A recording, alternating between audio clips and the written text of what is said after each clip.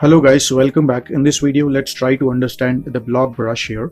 So before getting into that, let me just go with the draw brush and just click and drag here, and then you see the result.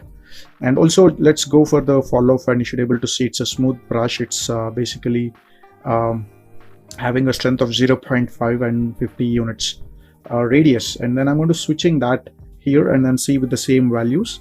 And the fall off is also smooth by default for the blob. So just click and drag it here, and I don't see much of a difference between the draw brush and the blob brush, except one thing, that is by definition the blob brush is opposite of pinching. Okay, so pinching brings all the vertex to the stroke center, where the blob pushes all the points away from the stroke center.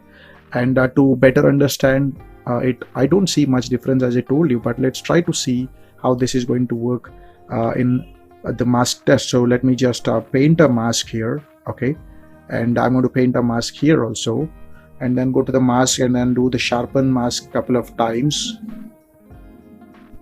and then I'm going to invert the mask and then choose the draw brush and then start sculpting that. Maybe I can take a bigger brush and then just click and drag, and then use the blob and then click and drag. Then you should be able to see the difference is pretty much same. Draw brush, click and drag, blob, just click and drag. There is a small outward pull in the blobs comparison to the draw brush. That's, I told you, it's inverse of pinching.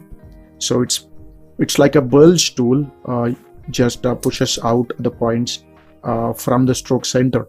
But apart from that, I don't see much of a difference between the draw brush and the blob brush. And I'm not a big user of this brush when it comes to sculpting. Guys, I've been making some videos on digital sculpting, and I've made a playlist. I'll be sharing that playlist in the description. I request you to check that, and also please subscribe the channel.